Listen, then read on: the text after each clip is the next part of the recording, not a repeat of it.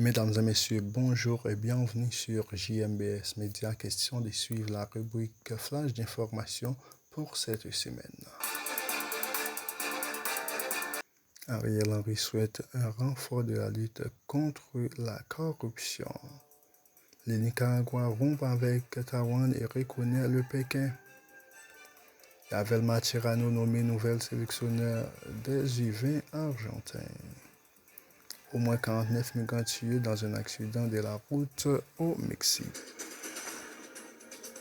Au moins 49 migrants enterrassés dans un camion ont été tués ce jeudi 9 décembre 2021 dans un accident de la route dans le sud du Mexique, a indiqué le parquet de l'État du Chiapas.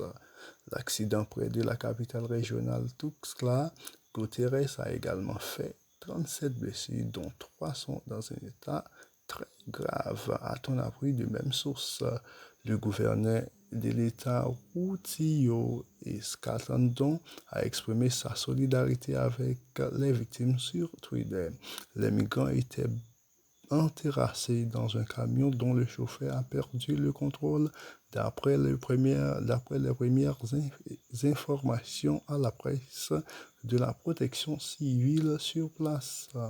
Les responsabilités de l'accident seront établies conformément à la loi, a ajouté le gouverneur. L'accident a eu lieu dans l'état du Chiapas, proche de la frontière avec le Guatemala, porte d'entrée des migrants en provenance d'Amérique centrale, Honduras et Salvador principalement.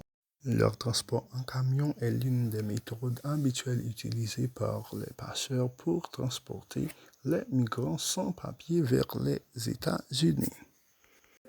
Le Nicaragua rompt avec Taïwan et reconnaît le Pékin. Le Nicaragua a annoncé ce jeudi 9 décembre 2021 la rupture de ses relations diplomatiques avec Taïwan et la reconnaissance d'une seule Chine dirigée par Pékin.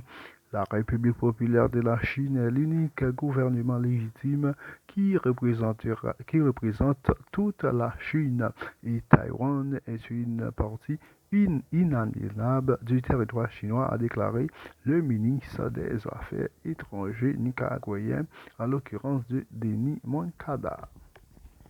Ariel Henry, le Premier ministre haïtien, souhaite un renfort de la lutte contre la corruption.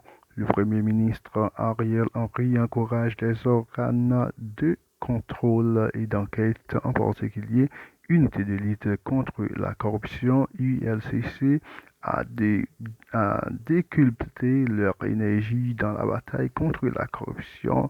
Et cette lutte contre la corruption aidera à mettre les maigres ressources dont dispose l'État au service des plus vulnérables, a déclaré le Premier ministre haïtien.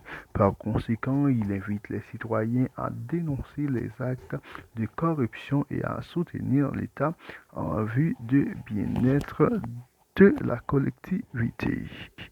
L'USAID lance un projet pour l'avancement du secteur agricole en Haïti. L'Agence des États-Unis pour le développement international, USAID, annonce le lancement officiel du projet de résilience et l'avancement du secteur agricole d'Haïti. RASA, le projet cible plus de 25 000 agriculteurs haïtiens ruraux, en particulier les groupes marginalisés tels que les femmes et les jeunes. Il sera exécuté dans 32 communes, dont 10 communes dans le département du Nord, 9 communes dans le Nord-Est et 3 communes dans le plateau central, 10 communes dans le sud. La mise en œuvre du RASA sera assurée par le développement alternatif LLC en association avec des institutions haïtiennes, notamment Agridev SA, Papyrus SA et l'Université Quisqueya. Son but est de promouvoir l'investissement privé dans les secteurs agricoles haïtiens, élargir la possibilité de substances et les actifs des ménages et renforcer les institutions communautaires pour mieux gérer les ressources essentielles. La France fait un don de 880 000 € en faveur des enfants malnutris en Haïti. La France a octroyé un don de 880 000 € à l'UNICEF dans le cadre de la lutte contre la malnutrition en Haïti, a informé l'organisation dans un communiqué ce jeudi 9 décembre 2021. Ce fonds a financé 2 projets visant à améliorer la qualité de la prise en charge de la malnutrition chez les enfants de moins de 5 ans, notamment dans le Grand Sud ravagé par le séisme du 14 août dernier, a expliqué le communiqué.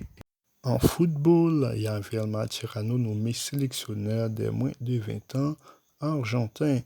L'ancien milieu défensif Javier Mascherano, 37 ans, un des joueurs les plus emblématiques de l'Argentine et du FC Barcelone, sera le prochain entraîneur des moins de 20 ans de la sélection argentine, a annoncé ce jeudi la fédération. Dans un communiqué, l'ex-capitaine de la sélection prendra ses nouvelles fonctions en janvier 2022, a expliqué l'association argentine de football AFA.